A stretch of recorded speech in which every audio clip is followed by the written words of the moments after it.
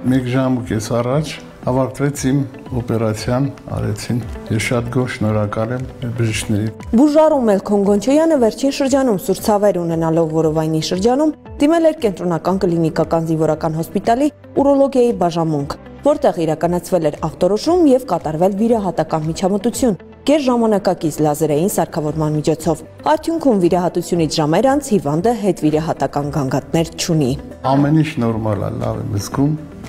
եւ հույսով եմ, որ 2 օրից ավելի շուտ գնամ տուն։ Նորագույն լազերային համակարգն է։ Եզակի այս սարքավորման հնարավորությունները ներկայացնում է ուրոլոգիայի բաժանմունքի ղեկավար Վահրամ Հակոբյանը, ընդգծելով, որ այն կենտրոնական զինվորական հոսպիտալի վերջին տարիների ամենակարևոր ձեռքբերումներից է, ինչը զգալիորեն նպաստել է թե բուժանձնակազմի աշխատանքների արդյունավետության բարձրացմանը, թե բուժառուների խնդիրների արագ եւ հեշտ լուծմանը։ Սա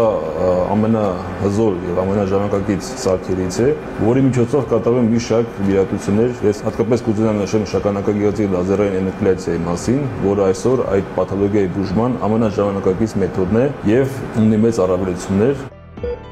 Սարքի առավելություններից է հետվիրահատական աննշան բարդությունները։ Այն նվազագույն ինվազիվ միջամտություն է, որը կրճատում է նաեւ բուժառուի ապաքինման ժամանակահատվածը։ Ստանդարտ վիրահատության ժամանակ, այսինքն տրանսուլետարալ ռեզեկցիայի ժամանակ կաթետերը հանվում էր 3-րդ, 4-րդ, 5-րդ օրը, այս պարագայում մենք կարողանում ենք նաև ուրետրալ կաթետերը հեռացնել վիրահատության մյուս օրը։ Այս սարքով կատարվում են մի շարք նաև այլ վիրահատություններ եւ կապված միզաքարային հիվանդության հետ, ինչպես նաև միզուկի նեղացումների, միզատորանի նեղացումների եւ այլ պաթոլոգիաների համար։ Սարքը բացառիկ սարք է, ինչի շնորհիվ մեծ քանակությամբ վիրահատություններ են կատարել, մեծ թիմային աշխատանքի արդյունքում ունեցել ենք առավելագույն լավ արդյունքներ։ Բժիշկները վստահեցնում են, բաժանմունքում յուրաքանչյուրին ցուցաբերվում է անհատական մոտեցում, ինչը իր հերթին նպաստում է հիվանդների արդյունավետ բուժման կազմակերպմանը։ Մեծ սրտացավություն ենք դրսևորում հիվանդների հանդեպ, բոլորս թիմային աշխատանքի արդյունքում փորձում ենք առավելագույնի հասցնել հիվանդների բուժական տակտիկան, առողջացումը եւ հիվանդների բարձր տրամադրությամբ ուղարկում ենք տուն։